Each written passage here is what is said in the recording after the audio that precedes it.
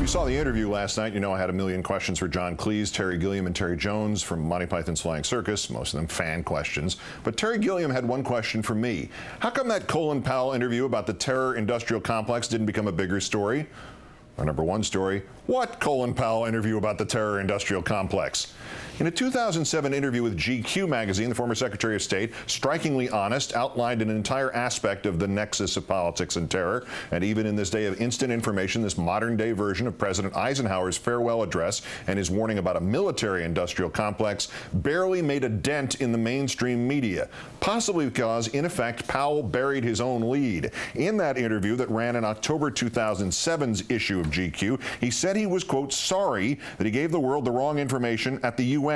The information regarding the threat that Iraq supposedly posed that led us to war. We reported Powell's admission on this program the week of September 10th, 2007, and we excerpted some of Powell's remarks to GQ. What is the greatest threat facing us now? People will say it's terrorism. But are there any terrorists in the world who can change the American way of life or our political system? No. Can they knock down a building? Yes. Can they kill somebody? Yes. But can they change us? No. Only we can change ourselves. So what is the great threat we are facing? But perhaps if we had all just dug a little deeper into that article, we would have noticed that Powell went a little further. The only thing that can really destroy us is us. We shouldn't do it to ourselves, and we shouldn't use fear for political purposes, scaring people to death so they will vote for you, or scaring people to death so that we create a terror industrial complex. Powell, of course, borrowing that phrase first used by President Eisenhower in 1961. In his farewell address to the nation, the president warned of the military-industrial complex, a concept that perhaps he knew something about, considering that prior to being president, he was a five-star general in the Army during World War II.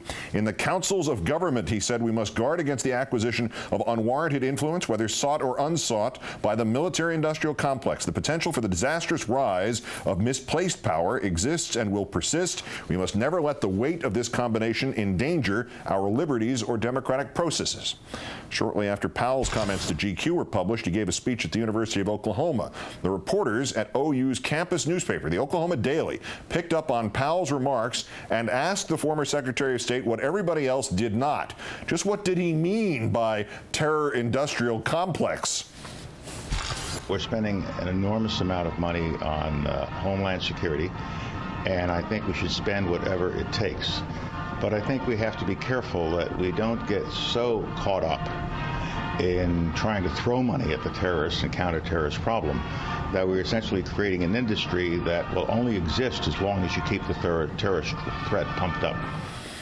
The follow-up question was, do you see warning signs that this country is in fact headed in that direction?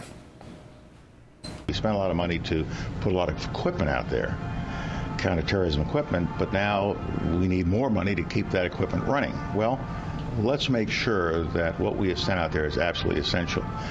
And let's be cautious in our appropriations and in spending money. I don't think we're out of control. I think we had to respond in an aggressive way, but it's now been 6 years. Let's make sure that we are spending money on the right things and not spending money just to spend money. Let's make sure that we are spending money on the right things and not spending money just to spend money. Halliburton, no bid contracts, not to mention all the Bush-Cheney cronies that had financial stakes in the very complex Mr. Powell warned us about. Well, what can a new administration learn from this 2-year-old warning? To the growing chorus chiding the president to hurry up and decide about the strategy going forward in Afghanistan, take note. Beware of the terror industrial complex. And my apologies for not reporting this to you in September 2007.